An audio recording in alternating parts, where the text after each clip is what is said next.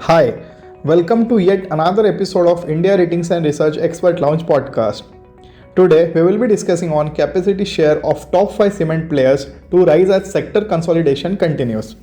For the same, we have with us Khushbu Lakhotia, Director at India Ratings and Research, along with Sarthak Bhauwala, Senior Analyst at India Ratings and Research. Thanks, Amay. Good evening, everyone. We're here to have a quick fireside chat on consolidation in the cement sector. So, consolidation has of late been the talk of the town in the cement industry, with action and anticipation around acquisitions in the sector. So, to put this in perspective, while the industry saw around 15 acquisition deals in 7 years between 26 to 22, 10 deals have been completed in the last 1.5 years itself, and with around 60 million tons changing hands. And with a large investment pipeline, which is next only to FY10, if we look at the annual capex that has been announced, the $1 million question today is whether the industry is poised for a consolidation over the near to medium term. And also, what does this race for market share mean for sector participants? To understand this and more, I have with me my colleague Sarthak, who closely tracks the cement sector. So, Sarthak, welcome. Yeah, thank you, Khushbu. So, to start with, Sarthak, while everyone is talking of consolidation these days, do you think there are structural reasons to support the consolidation argument? Yes, definitely, Khushbu. So there is a lot of scope of growth in the industry with the continued infrastructure creation and housing demand.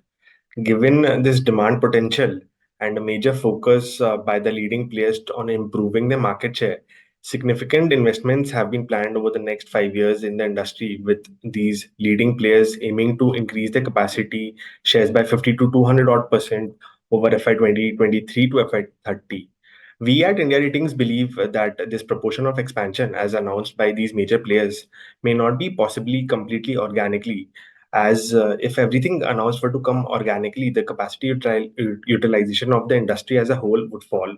The supply would be greater than the demand, and it would not be absorbed in the market. So, effectively, the large companies, while increasing their capacity shares, the capacity utilization of the small and mid-sized players would eventually fall. Additionally, availability of limestone reserves in certain regions would also be a detriment to achieve organic growth, in addition to the massive increase in the royalties on the newly auctioned limestone mines. These factors would definitely be a good reason for consolidation in the market. Oh, okay, sure. But cement has generally been a stable sector, right? So, are there even enough opportunities for easy acquisitions, or will these essentially come at a premium? There are lots of options available in the market for mergers and acquisitions. The southern market continues to be the most attractive market for M&A deals, as it is very fragmented with the presence of large, small to mid-sized players. We at India Ratings had estimated about 65 to 70 million tons of capacity as high potential M&A targets at the beginning of 2023, of which around 35% has already been acquired or signed an agreement to that effect in the past 1.5 years. The valuation on the cement units are linked to various factors, which may include the cost efficiency of the plant's extent of clinker integration, the limestone reserves, and the brand and distribution strength of the target. In the past, we have seen that the average valuation of the integrated units have been between 70 to $90 per metric ton, which is lower than the cost of constructing a greenfield integrated plant. But apart from this headline capacity number, the valuations would also consider the additional cost likely to be incurred for plant improvisation, particularly for the stressed assets, along with the access to limestone reserves and economies of scale. Okay, okay, understood. Another aspect, Sadak, that I would like to touch upon is despite a fundamentally robust demand, as you highlighted at the beginning of the discussion. Now, of course, there's the election impact in the first half of this year, but maybe just leaving that aside, the sense is that the sector's competitive intensity is increasing, right? I mean, but how do you see that playing out? I mean, are you seeing some indicators point towards it? So the pricing environment has been weak on the back of the competitive industry in the sector. The first quarter, like you mentioned, saw a weak pricing given the muted demand, largely due to the election reason. We at India Ratings expect a low single-digit decline in the cement prices in FY25, as most of the companies are focusing on increasing the volumes amid the influx of decadal high capacities.